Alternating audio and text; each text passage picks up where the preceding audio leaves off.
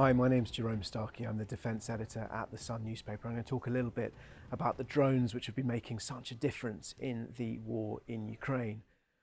I mean, perhaps the most iconic is the Turkish manufactured Bayraktar, which is an armed drone. It can fly around 2,000 miles and it can stay in the sky for more than 24 hours.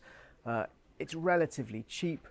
Ukraine has a number of them and they've been using them with devastating effects, clearly giving them the opportunity to fly over Russian positions, to attack Russian positions remotely, and we've seen that. We've seen that in Snake Island, we've seen that in the Donbass, we've seen that around Kharkiv, and possibly the suggestions we may have also seen that over Crimea, although it's unclear exactly what was used to strike Russian bases in Crimea. The Bayraktar has been key. There's also a number of smaller drones. Ukraine has its own domestically produced Leleka espionage drone. That's an unarmed aerial vehicle, but that's been key. And when I was out in northern Kharkiv, I met a crew who'd been flying those drones across the border over Russian soil, gaining intelligence on the vehicles. In fact, they discovered a Russian tank graveyard.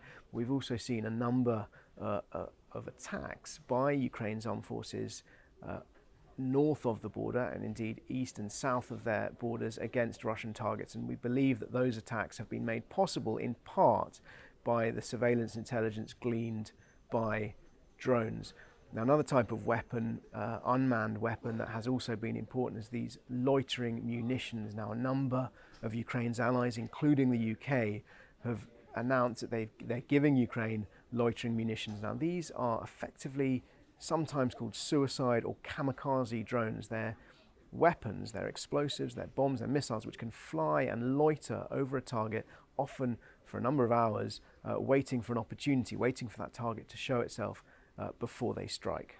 At the other end of the spectrum, there are the sort of homemade, jerry-rigged drones, if you like, which the soldiers manufacture themselves. Now, often what they take is an off-the-shelf DJI drone. We've seen these in use, both sides using them. They take a drone which you can buy commercially, and they somehow manufacture fairly rudimentary devices in order to arm those drones. One of the refrains we've heard right from the start of this conflict from the Ukrainians is "close the sky." They wanted the international community to help them gain air superiority, or at least some sort of air neutrality, to protect people, places, bases from attacks by Russian aircraft.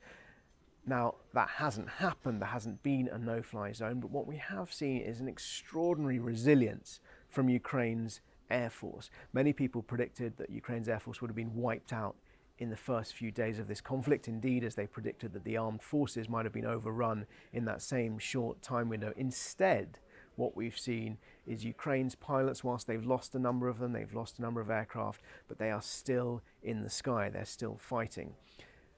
What Ukraine wants is more aircraft. America has said it's considering plans to give them more aircraft, but it hasn't said which ones. Poland offered to hand over its fleet of MiGs if America agreed to replace those MiGs with more modern planes. Now, we've also seen a similar offer from Slovakia. Slovakia has just last month grounded its fleet of MiG-29s. It says they are being decommissioned from service, and it's explicitly said that it's making those aircraft available for Ukraine. But again, what Slovakia wants is some sort of guarantee, some sort of replacement with more modern aircraft, we're led to believe, from the United States.